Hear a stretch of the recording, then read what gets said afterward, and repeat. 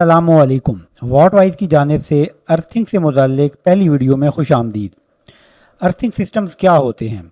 Earthing system basically जो हमारी supply company होती है, जैसा कि कराची में के इलेक्ट्रिक है, पंजाब में वॉपडा की मुख्तलिफ़ कंपनियाँ हैं, उनकी तरफ से कंज्यूमर साइट पर अर्थ किस तरह से प्रोवाइड किया जाता है, इस पर मुनहसर होते हैं।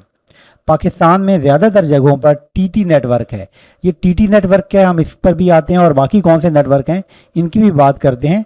लेकिन इससे पहले हम ये बता दें कि पाकिस्तान में सिर्फ टीटी नेटवर्क इस्तेमाल नहीं होता, बल्कि इसके अलावा भी मुख्तलिफ नेटवर्क इस्तेमाल होते हैं। जैसा कि मुख्तलिफ हाउसिंग सोसाइटीज़ जो कि अपनी जनरेशन करती हैं, वो अपने हिसाब से दूसरे स्टैंडर्ड्स भी फॉलो करती हैं। तो टीटी से क्या मुराद है या दूसरे सिस्टम्स क्या हैं? तो टी बेसिकली एक फ्रांसीसी ज़बान का लफ्ज़ है टेरा, जिसका मतलब होता है अर्थ, TERRA टेरा। तो ये हुआ टेरा नेटवर्क। दूसरे नेटवर्क्स में हमारे पास TNC, TNS, TNCS, IT network वगैरह शामिल हैं। ये TNC वगैरह का क्या मतलब है या IT में आई का क्या मतलब है, टेरा तो हम बता चुके हैं, इसके बारे में हम तफसील से बात करेंगे। आज हमारा मौजू टीटी नेटवर्क के बारे में बात करना है। तो सबसे पहले ये देखते हैं कि टीटी नेटवर्क में हमारे पास अर्थ किस तरह से मौजूद है। तो हमारे पास टेरा नेटवर्क के अंदर सोर्स साइड पे भी हमारे पास अर्थ है और हमारे पास कंज्यूमर साइड के ऊपर भी हमने अर्थ यूज़ किया है। तो दोनों तरफ हमारे पास अर्थ मौजूद है, लेकिन दोनों अर्थ आपस में सेपरेट हैं। तो टीटी नेटवर्क की सबसे बड़ी पहचान यही है कि सोर्स साइट और कंज्यूमर इंस्टॉलेशन साइट के ऊपर जो अर्थ मौजूद होते हैं उनका आपस में डायरेक्ट तार के साथ कोई ताल्लुक़ नहीं होता। कंपनी हमें किसी तरह की कोई अर्थ वायर प्रोवाइड नहीं करती, बल्कि इंस्टॉलेशन साइट ने अपना लोकल अर्थ इस्तेमाल करना होता है। लोकल अर्थ इस्तेमाल करने से क्या मुराद है? जैसा कि आप जानते हैं कि अर्थिंग के लिए जगह की खुदाई की जाती है, वहाँ पर कॉपर वगैरह के रॉड डाले जाते हैं और बाकी अर्थिंग के जो ज़रूरियात हैं वो पूरी करके एक सॉलिड कंडक्टर या एक मोटी तार वहाँ से निकाली जाती है और वो तमाम एक्सपोज्ड कंडक्टर जो होते हैं उनके साथ जोड़ दी जाती है। तो ये होता है लोकल अर्थिंग सिस्टम। आपने ये देखा होगा कि गली में आम तौर पर आपके पास 4 तारें आ रही होती हैं। तो बेसिकली टीटी नेटवर्क में कंपनी की तरफ से जो कंज्यूमर साइट है उसके ऊपर 4 तारें प्रोवाइड की जाती हैं।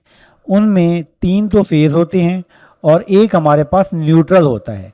आप गौर करें कि अर्थ प्रोवाइड नहीं किया जाता, ये न्यूट्रल होता है।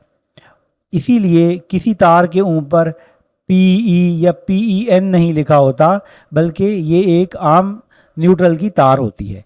अगर आपके पास 3 फेज़ घर में मीटर लगा हुआ है तो आपके पास ये चारों तारें आपके पास आ रही होंगी। लेकिन अगर आपके पास सिंगल फेज़ है तो आपके पास एक न्यूट्रल आएगी और इन तीनों में से कोई एक फेज़ आपके घर में मुहैया कर दिया जाएगा और आपने अर्थ जो है वो लोकल अर्थ इस्तेमाल करना है। ये एक पुराना सिस्टम है और इसकी कीमत इस वजह से कम होती है कि इसके अंदर आपको अर्थ के लिए अलग से तार प्रोवाइड नहीं करना पड़ती, इसलिए कंपनी के पैसे बच जाते हैं और वो सिर्फ 4 तारों पर ही आपको 3 फेज़ सप्लाई मुहैया कर देते हैं। इस सिस्टम के अंदर सबसे जो एक इसका डिसएडवांटेज है वो ये है कि जो सोर्स कंपनी है वो ये गारंटी नहीं करती कि जो रिटर्न पाथ है वो लो वोल्टेज रिटर्न पाथ होगा और क्या होगा, हाई इम्पीडेंस पाथ मौजूद होगा। ये हमने क्या बात कही, हम इसकी वजाहत करते हैं। देखिए, जो ज़मीन की रेजिस्टेंस है वो गारंटी नहीं है कि कितनी होगी। तो हमने ऊपर यही लिखा है कि टीटी अर्थिंग ज़मीन से जुड़ी हिफाजत।